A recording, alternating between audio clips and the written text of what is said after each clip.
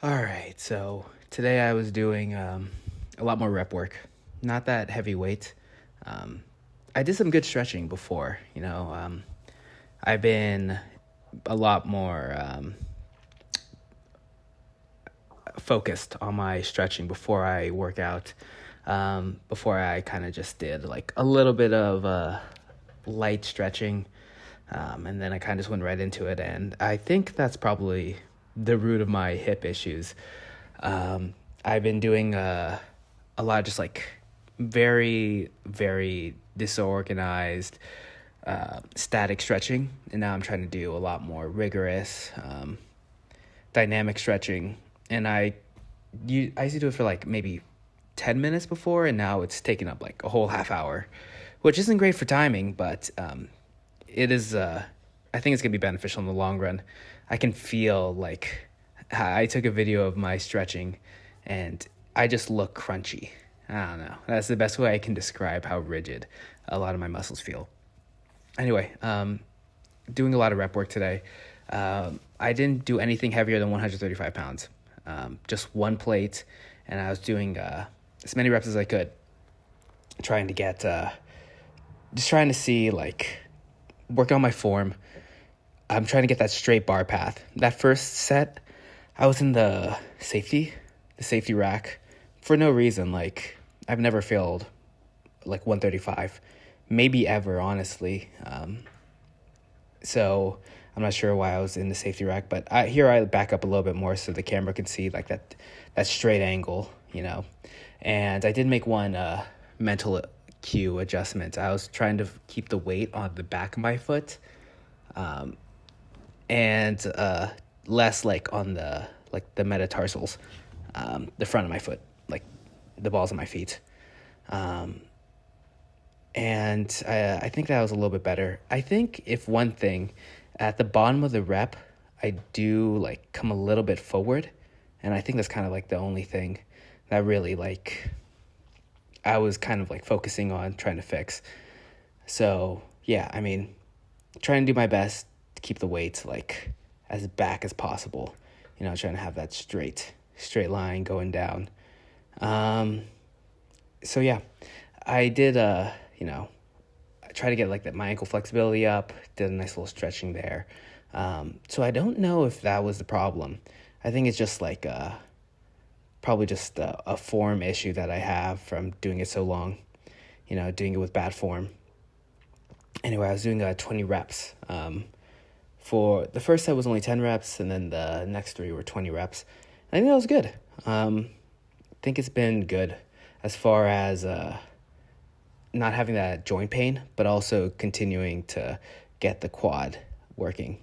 It is working out my slow twitch muscle fibers a lot more than it is my fast twitch. Helping like with my endurance more than like the strength aspect of it. But I mean, as long as like I'm feeling that burn, the quadriceps made up of both, the fast twitch and the slow twitch muscle fibers. So working out both is necessary if you want to get like maximum growth. And also just like for everyday life and, that like usability. Yeah, the like realistic use of the quad, like what I'm doing every day. It's important to have good strong quads. You can kind of see, yeah, I guess my form gets pretty bad near the end of the set. I'm not getting my hips all the way down. Kind of unfortunate to see. But yeah, and I also am going forward at the bottom of the rep too. Yeah, the mental cues, they kind of stop working once you get like at a certain level of exhaustion, like 16 reps, 16, 17, and 18. It's just not working the same way. And as Carlos trying to steal my spot again, as he always does. Anyway, yeah, I think it was pretty good. I didn't have any of the joint pain. Oh man, even these reps, I'm not getting as low as I usually do. Anyway, yeah. I was talking to my friend about this, and they're asking me if the head of my femur where it inserts into the hip socket, if it's smooth or rigid. And I thought about this, and I don't know for sure, but I'm pretty sure it's rigid because I felt like some popping, when I moved the hip at certain angles. And this would make sense, because, that would explain the popping sensation that I feel. It doesn't cause any pain or anything, but it also probably has contributed a lot to, the tight hip that I have, and what I feel like is a hip impingement, pinching on the nerves. So I feel like that's probably like one of the causes of it. So I'm trying to do the best with what I got, but it's certainly difficult. I think I have like a long femur, and I'm 5'11", in case you guys didn't know. So it is like further for the bar to travel. I mean, of course, like everyone has their own things that they have to deal with, as far as like lifting goes, or just like life in general. Try not to like make a bunch of excuses, but I mean, it does make the squat a little bit more difficult, and I'm trying to like understand my anatomy the best I can, try to get rid of this hip pain, honestly. That's like the biggest thing that's holding me back. It's like, it is frustrating, it's not like the muscle pain. It's just that joint pain, and I don't want to like, totally like wear down the groove in my hip socket and just have problems later down the line. So I've been working a lot on the flexibility aspects, taking my time with those, with the pre-workout stretching, making it more dynamic, some more movement involved. Not just like, doing 10 minutes of, what's it called when you're like at the bottom of the squat and you're like using your elbows, push out. I would kind of just do that for like 5-10 minutes before, and maybe a little bit of ankle mobility before my squatting, and kind of call it a day, start squatting. But, now I'm taking it a lot more seriously, especially when it comes to the hip flexors, having some hip flexibility. Like I said before, I was stretching and it just looks crunchy as hell, not fluid at all. Don't want to, I was looking at it, I took a video of me stretching and it looked like I was going to hurt myself. I didn't, but, it just looked like that. Anyway, when it comes to these single-legged squats, I actually like, I tried to do 25 reps on each side, and I was dying from these. Honest to God, these things, you'll see at the end of the third set, you'll see like I'm like limping to the camera. So again, this is more endurance than it is strength, but I mean, that burn, I haven't felt that burn in a while, so it's good that I'm like, I'm trying to be more cognizant with my training, trying to get closer to failure, trying to not like leave so much in the tank. And you'll see like I barely have anything left in the tank at the end. So definitely good. Definitely like proud of the work that I've been able to accomplish.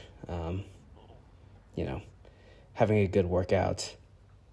I was like nauseous yesterday, and I still had a little bit of that nausea today. I actually like took a little break in between, I think it was the back squat and the single leg squatting. I took a little bit of a break in between, and it was good.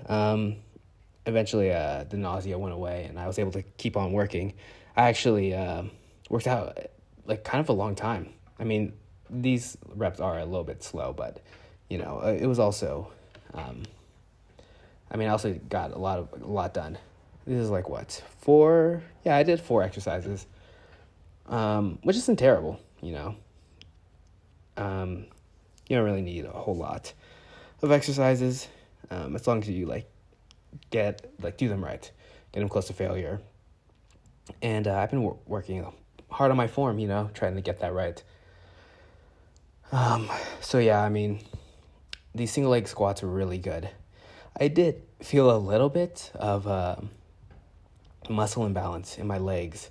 My right hip, while I was doing like the back squat, my right leg felt a lot more tired than my left leg. I feel like I was using my right leg more when I was squatting than my left leg. Also could be a contributor to like the hip issues.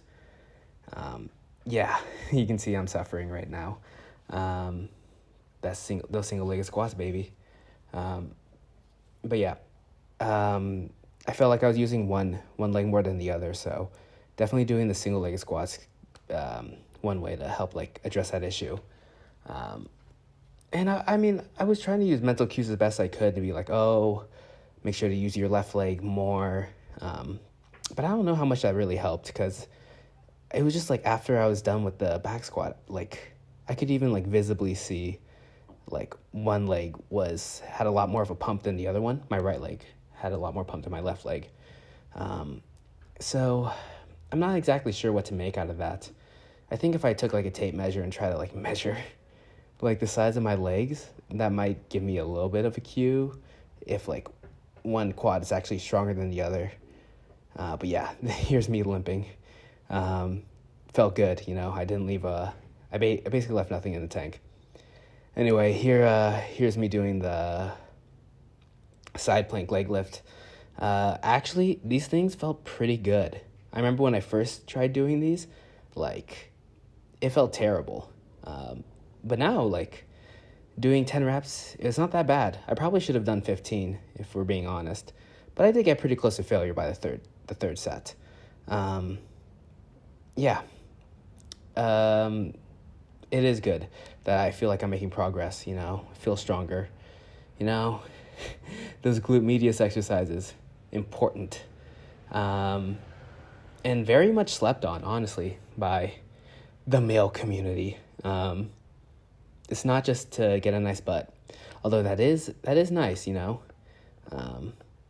It is a little bit of an ego boost, but it's also to have like those balances in the hip, you know.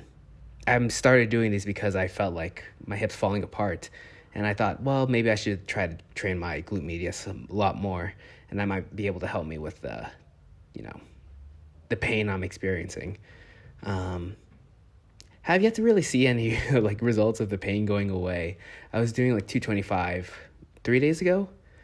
Yeah, I think it was 3 days ago. I was doing.